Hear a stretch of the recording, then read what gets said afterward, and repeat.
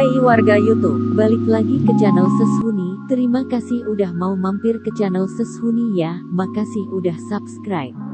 Subscribe kamu ngebantu banget untuk Mimin lebih semangat bikin sinopsis lo. Pastinya juga membantu berkembangnya channel ini. Lanjut. Kemunculan tombak Taicang di Gunung Liowang memunculkan kegemparan. Donghua segera menghadap Kaisar Langit untuk menanyakan apa yang seharusnya dilakukan. Mu Guang memerintahkan agar Donghua menyebarkan perintahnya. Suku Dewata yang berhasil mendapatkan tombak Taicang, maka tombak tersebut akan menjadi miliknya. Donghua khawatir akan timbul kekacauan di Gunung Liowang jika suku siluman yang mendapatkan tombak dewa sejati Baijue itu. Mu Guang meyakinkan Donghua jika dirinya akan datang saat kondisi genting. Sementara di tempat lain, Hou Qi tengah memarahi Qing Mu yang bersikap sembrono perkara melawan Kaisar Siluman. Qing Mu hanya mendengarkan omelan Hou Qi sembari sesekali tersenyum kecil. Setelah selesai Hou Qi mengomel, Qing Mu mengutarakan perasaan sukanya pada Hou Qi. Hou Qi tersentak dan gugup. Ia seketika menjauh dari Qing Mu seakan ketakutan. Hou Qi menolak Qing Mu tapi Qing Mu berusaha mengerti Hou Qi. Ia tidak memaksa Hou Qi membalas perasaannya. Qing Mu merasa puas setelah mengutarakan isi hatinya. Namun di hati kecilnya, Qing Mu tahu suatu saat Hou Qi akan mencintainya juga. Hou Qi merasa heran kenapa Jing Jian masih bersama Feng Ran. Feng Ran pun menceritakan tentang kecerobohannya yang tanpa sengaja terikat tali pengikat roh bersama Jing Jian. Jing Jian membuat telinganya sendiri tidak mendengar percakapan para wanita itu. Chang Qin dan Feng Ran memuji Hou Qi karena beruntung memiliki Qing Mu yang menaruh hati padanya. Apalagi Chang Qin yang patah hati karena hubungannya dengan Senyu harus rusak karena rubah jelek itu. Kaisar Siluman menemui Dewa Siluman Tianqi.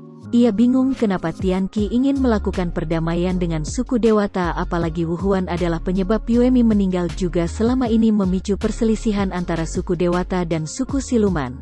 Tianqi tahu itu, tapi semenjak dirinya bangkit kembali kekuatannya belum pulih 100%, sedangkan Wu Huan dan Mu Guang sudah berlatih selama 60.000 tahun di Istana Langit. Senjian meminta maaf pada Tianqi.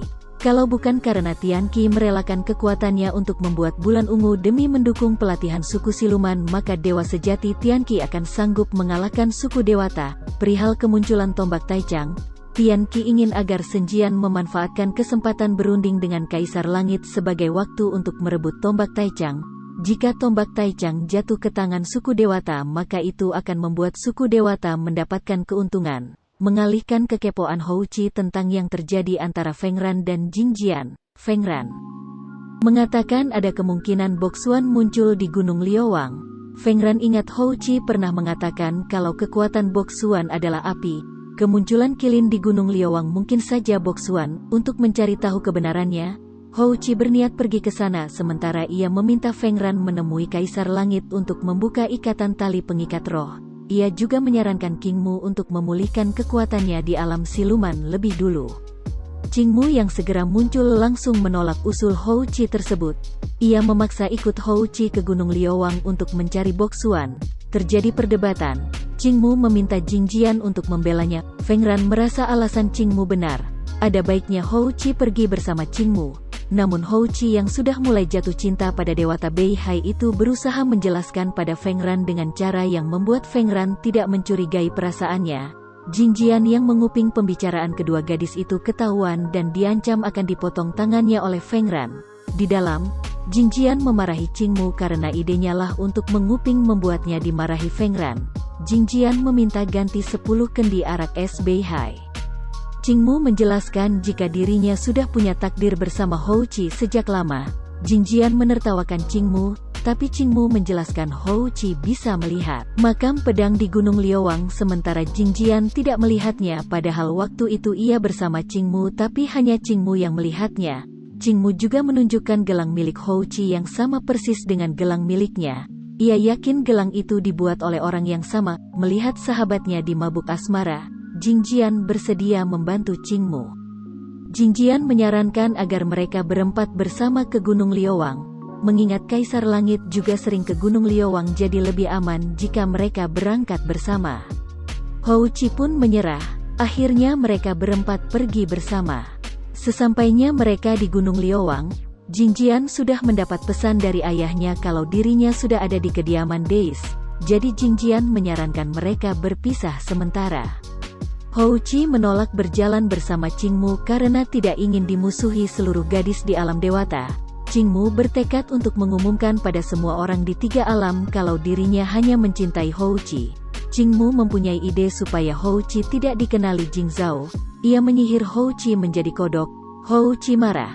Lalu ia menggantinya menjadi kura-kura. Houqi menolaknya. Lalu Qingmu menyihir Houqi menjadi anak kecil. Kali ini Houqi setuju. Di kediaman Deis, Jingjian menemui ayahnya untuk melapor sekaligus membuka tali pengikat roh yang mengikatnya dengan Feng Ran. Kaisar Langit memuji kinerja Jingjian yang berhasil membuat Kaisar Siluman bersedia melakukan perdamaian dengan suku Dewata. Jingjian juga terkejut mendengarnya. Ia tidak menyangka Kaisar Siluman bersedia berdamai. Di kaki Gunung Liowang, suku Siluman yang sudah datang bertanya-tanya kenapa mereka tidak diizinkan masuk. Murid Donghua datang untuk menjamu tamu-tamu mereka. Ia menjelaskan jika tombak dewa sejati Bai Jue sudah muncul maka mereka akan diizinkan masuk, sementara ini mereka diminta beristirahat dulu. Jingzhou muncul dengan payung saktinya lalu mengatakan hal-hal yang merendahkan suku Siluman. Ia mengajak suku Siluman yang sudah datang untuk melawannya agar tidak perlu susah-susah merebut tombak Taichang dan berbuat sia-sia. Keributan pun akhirnya terjadi. Qingmu yang juga ada di sana segera menghentikan Jingzhou. Ia merasa perbuatan Jingzhou tidak pantas dan seenaknya. Ia pun menyembuhkan suku Siluman yang sudah terluka karena Jingzhou. Qingmu bingung dengan Jingzhou. Padahal suku Siluman sudah menyetujui perdamaian, tapi perbuatan Jingzhou sama sekali tidak menunjukkan itikat baik. Ia juga heran bagaimana suku Dewata tidak bisa membedakan yang benar dan yang salah, bahkan anak kecil pun bisa menilai perbuatan Jingzhou salah. Dimarahi begitu, Jingzhou merajuk. Houqi yang sedari tadi mengamati segera berlari mendekati Qingmu. Saat Jingzhou ingin mendekati Qingmu, ia memanggil Qingmu sebagai ayah. Jingzhou terheran-heran dengan kemunculan anak kecil yang memanggil Qingmu sebagai ayah. Houqi pun meledek Jingzhou sebagai bibi bertemperamen jelek. Tentu Jingzhou menjadi marah. Ia balik menghina Houqi tidak punya energi spiritual. Pasti ibunya hanya wanita biasa yang ingin mempunyai anak dari suku Dewata. Dihina seperti itu, Houqi kecil membalasnya. Dikatakan Jingzhou sebagai suku Dewata dengan posisi terhormat, kenapa belum juga memiliki gelar dewi? Houqi kecil meledek kembali dengan menyanjung Houqi yang sebelum menetas sudah bergelar sebagai dewi tertinggi. Celotehan Houqi kecil membuat mereka yang hadir di kaki Gunung Liowang tertawa. Jingzhou marah tapi mengingat anak di depannya adalah anak Qingmu. Ia bersedia memaafkan Houqi kecil kalau Houqi meminta maaf kepadanya. Mendengar itu Houqi kecil menyanggupi, tapi ia malah khawatir Jingzhou tidak bisa menerima hormat atas permintaan maafnya. Jingzhou yakin ia bisa menerima hormat dari Houqi kecil. Houqi kecil memperingati Jingzhou agar jangan menyesal. Awan gelap bergulung. Gulung seolah hendak menurunkan petir. Jingzhou mengeluarkan payung bulu saktinya. Bertanya-tanya apa yang bisa dilakukan anak Qingmu ini. Sementara Qingmu menduga Houqi akan bertingkah jahil lagi pada Jingzhou. Houqi kecil tersenyum jahil. Hormat pertama dan petir turun hendak menyambar Jingzhou. Payung bulu sakti digunakan putri Kaisar Langit itu untuk menahan sambaran petir tersebut. Hormat kedua, payung bulu sakti sudah tidak sanggup menahannya dan Jingzhou akhirnya harus merasakan sambaran petir milik Houqi.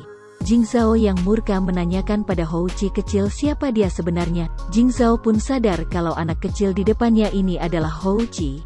Ia mencecar Houqi tentang kebersamaannya dengan Qingmu. Ada hubungan apa Houqi dengan Qingmu? Jingzhou yang tersulut cemburu hendak menyerang Houqi tapi Qingmu menghentikannya. Tepat ketika itu Kaisar Langit bersama Jingjian dan Feng Ran datang. Muguang yang baru kali ini melihat Houqi teringat sosok Mahadewa Sanggu yang serupa dengan sosok Houqi. Ia kembali terkenang masa mengharukan itu hingga Donghua menyadarkan lamunan Muguang. Setelah bersapa sesaat Houqi, Feng Ran dan Qingmu undur diri. Sesaat Muguang juga melihat sosok Dewata Beihai yang sangat mirip dengan dewa sejati Bai Jue. Ia pikir kebetulan ini sungguh mengherankan. Ia memberi pengumuman pada semua yang hadir bagi siapapun yang merusak perdamaian antara suku Dewata dan suku Siluman, maka ia akan menghukumnya dengan tegas, tanpa pandang bulu. Houchi, Jingmu pergi ke rumah bambu. Mereka menyempatkan waktu untuk bermain di sana. Houchi saling berbincang dengan Jingmu. Ia menceritakan masa kecilnya yang kesepian. Jingmu juga heran kenapa kekuatan spiritual Houchi tidak mengalami kemajuan. Ia menduga jangan-jangan ada segel di dalam tubuh Houchi yang menghambat kekuatan spiritualnya. Tombak Taichang sudah muncul, cahaya yang berasal dari hewan spiritual Qilin muncul. Jika Qilin adalah boksuan, maka Qilin akan menjaga tombak dewa sejati Bai Jue. Houchi mengkhawatirkan Qilin yang diduganya boksuan bisa terluka karena akan ada banyak orang yang memperebutkan tombak Taichang. Ia ingin Jingmu membantunya menolong Qilin jika kondisi terdesak. Di kediaman Deis, Kaisar Langit dan Dewata Donghua juga memperhatikan kemunculan tombak Taichang dan Qilin penjaganya. Mu Guang mengetahui jika Qilin adalah Hongri, hewan spiritual dewa sejati Bai Jue. Ia mengutarakan keheranannya atas kemiripan wajah Houchi juga Jingmu kepada Dewata Donghua. Meski wajah mereka mirip, namun energi semesta ataupun spiritual yang dikeluarkan sama sekali tidak mirip. Mu Guang tetap merasa ini kebetulan yang mencurigakan, ditambah asal-usul Jingmu yang tidak jelas. Kedua anak Mu Guang memberi hormat kepada ayah mereka. Jing Zhao menyarankan ayahnya segera bergerak mengambil tombak Taichang karena suku Siluman tidak pantas mendapatkan senjata tersebut. Jing Jian yang mendengarkan ucapan adiknya hanya diam tak mengerti kenapa Jing Zhao begitu merendahkan suku Siluman. Mu Guang dan Kaisar Siluman sudah bersepakat tidak akan ikut campur dalam pengambilan tombak Taichang. Jing Zhao dan Jing Jian boleh pergi jika ingin memperebutkannya. Jing Zhao kembali mendominasi. Ia ingin mendapatkan tombak Taichang agar bisa naik menjadi dewi tertinggi. Penyerangan Jing Zhao memunculkan Qilin yang murka karena tempatnya diganggu. Di tempat lain, Tian Qi mengamati yang terjadi di Gunung Liuwang bersama Zihan. Zihan mengira Qilin itu adalah Hongri, tapi Tian Qi menjelaskan Qilin itu bukan Hongri melainkan seutas sisa arwah Hongri. Mendengar suara Qilin, Houchi merasa yakin Qilin ini bukanlah boksuan. Qilin melihat ke setiap yang hadir dan akhirnya menemukan sosok yang dicarinya. Ia pun menarik Jingmu ke dalam tempat di mana tombak Taichang berada.